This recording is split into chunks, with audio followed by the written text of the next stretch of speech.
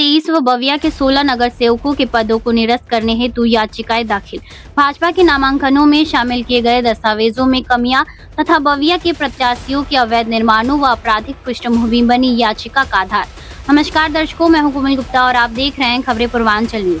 वसई तालुका अंतर्गत चलने वाली वसई विरार शहर महानगर पालिका के सार्वजनिक चुनाव संपन्न होने के बाद महापौर के चुनाव के लिए 3 फरवरी का दिन तय किया गया है। इसी दिन नामांकन करने वालों के नामांकन वापस लेने का दिन है, किंतु यहाँ देखा जा रहा है कि बहुजन विकास आघाड़ी के 16 नगर सेवकों पर उनके नगर सेवक पद को रद्द करने के लिए याचिका दायर की गई है। याचिका दायर करने का आधार 16 नगर सेवकों का अवैध निर्माण व आपराधिक गतिविधियों में लिप्त होना बताया गया है। इनमें से कुछ अवैध निर्माणकर्ताओं को एमआरटीपी के अंतर्गत नोटिस भेजा गया है तथा कुछ पर एमआरटीपी का मामला दर्ज कराया गया है, ऐसा बताया जा रहा है। वहीं भाजपा के 23 नगर सेवकों के नामांकन पत्रों में कमियां का हवाला देते हुए उनके नगर सेवक पद को निरस्त करने के लिए याचिका दायर की गई है। आइए हम बताते हैं वास्तविक मामला क्या है दोनों पक्षों का। बहुजन विकास आघाड़ी के नवनिर्वाचित पार्षदों के खिलाफ वसई अदालत में एक याचिका दायर की गई है। भाजपा इस संबंध में 16 पार्षदों को अयोग्य घोषित करने की मांग कर रही है। ये दावे सिविल प्रक्रिया संहिता की धारा 80 का 2 और नगर निगम अधिनियम 1949 की धारा 487 के तहत दायर किए गए हैं। नगर निगम अधिनियम की धारा 10 का 1 घ और धारा 16 घ के तहत यदि किसी उम्मीदवार ने अवैध निर्माण किया है या उसके रिश्तेदारों ने ऐसा निर्माण किया है या संपत्ति छिपाई है तो न्यायालय में ऐसे पार्षदों के पदों को अयोग्य घोषित करने की याचिका दायर की जाती है। उक्त पार्षदों का भविष्य इस दावे के परिणाम पर निर्भर करेगा। बहुजन विकास आघाड़ी ने पार्षदों की सूची प्राप्त करने के लिए प्रयासरत है। क्या उनके नाम सूची में है? नवनिर्वाचित पार्षद इसके लिए संघर्ष कर रहे हैं। ऐसे आशंका है कि अन्य पार्षदों की गहन जांच करने पर और भी नाम सामने आ सकते हैं। जानकारी मिली है कि कुछ दिन पहले वसई विरार में ऑपरेशन लोटस शुरू होने की चर्चा थी। अब बविया के 16 पार्षदों के खिलाफ रिट याचिका दायर की गई है। वसई अदालत से मिली जानकारी के अनुसार बहुजन विकास आघाड़ी के 16 पार्षदों के नाम आशीष वर्तक, अफीफ जमील शेख, लता कामले, संतूर जाधव, थोंडेकर, बीना फुर्त्याडो, स्वप्निल कावली, डोमिनिक रुमाओ, लॉरेल डियास, शेखर धूरी, कन्हैया बेटा भोईर, अरशद चौधरी, जयंत बसवंत, दीपा पाटिल, आलमगीर डायर, रमेश घोरकना है।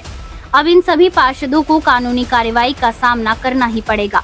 उनके ऊपर लगाए गए आरोप सही पाए जाने पर उनके खिलाफ दंडात्मक कार्रवाई भी की जाएगी और उनके पद भी निरस्त किए जा सकते हैं। हाँ, यदि उन पर अपराध सिद्ध नहीं होते हैं तो उन्हें यथास्थिति बहाल किया जाएगा। सब कुछ माननीय न्यायालय पर ही निर्भर करता है। दूसरी तरफ बीजेपी के 23 नवनिर्वाचित नगर सेवकों को भी निरस्त किए जाने के लिए भी याचिका दाखिल की गई है। Vasai Virar municipal corporation mayor चुनाव से पहले बड़ा धमाका होने की संभावना है। यहाँ साफ हो गया है कि चुनाव लड़ते समय 23 बीजेपी पार्षदों द्वारा फाइल किए गए नॉमिनेशन पेपर्स में भारी गलतियां है। वेरिफिकेशन पर उम्मीदवारों के साइन नहीं है, जो एफिडेविट का एक जरूरी हिस्सा है। इसलिए इलेक्शन डिसीजन ऑफिसर ने उस कैंडिडेचर को स्वीकार करते हुए उसे रिजेक्ट यानी इनवैलिडेट करने के बजाय वैलिड कैसे घोषित कर दिया। इसलिए इलेक्शन कमीशन की भूमिका भी शक के दायरे में बनी हुई है।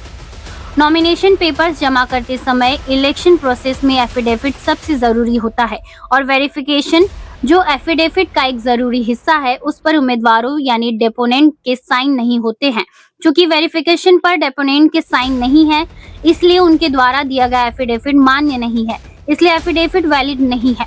इसके बावजूद इलेक्शन डिसीजन ऑफिसर को बिना किसी ऑब्जेक्शन के नॉमिनेशन पेपर्स को रिजेक्ट और निकालना पड़ा। लेकिन राज्य सरकार के दबाव के कारण चुनाव आयोग ने उन नॉमिनेशन पेपर को अमान्य घोषित नहीं किया और उन अनधिकृत उम्मीदवारों को चुनाव के लिए अधिकृत घोषित कर दिया। चुनाव आयोग की यहाँ भूमिका संदिग्ध है और इस मामले में एडवोकेट प्रवीण पाटिल ने कोर्ट में एक याचिका दायर की है, जिसमें दावा किया गया है कि उन उम्मीदवारों की उम्मीदवारी अमान्य यानी असंवैधानिक है और उन्होंने ऊपर अदालत में उन चुने हुए उम्मीदवारों की सदस्यता रद्द करने की मांग की है।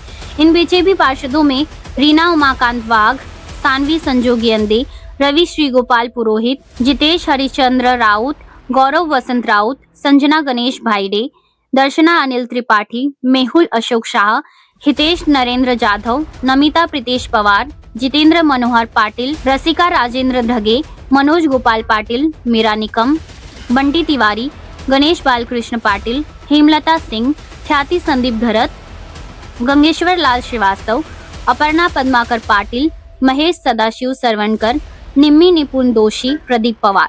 बीजेपी ने बहुजन विकास आघाड़ी के खिलाफ कोर्ट में 16 नगर सेवकों को हटाने के लिए पिटीशन फाइल की है। वहीं अब यह बात सामने आई है कि बीजेपी के 23 नगर सेवकों पर पद कैंसिल होने का खतरा मंडरा रहा है।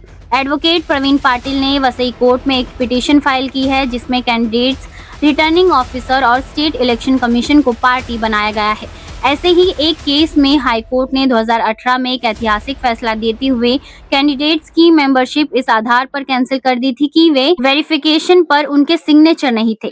प्रवीण पाटिल ने कहा कि हमें न्यायपालिका पर पूरा भरोसा है और इसमें कोई शक नहीं है कि इन 23 गैरकानूनी पार्षदों की सदस्यता रद्द कर दी जाएगी। इससे चुने हुए पार्षदों की नींद जरूर उड़ जाएगी।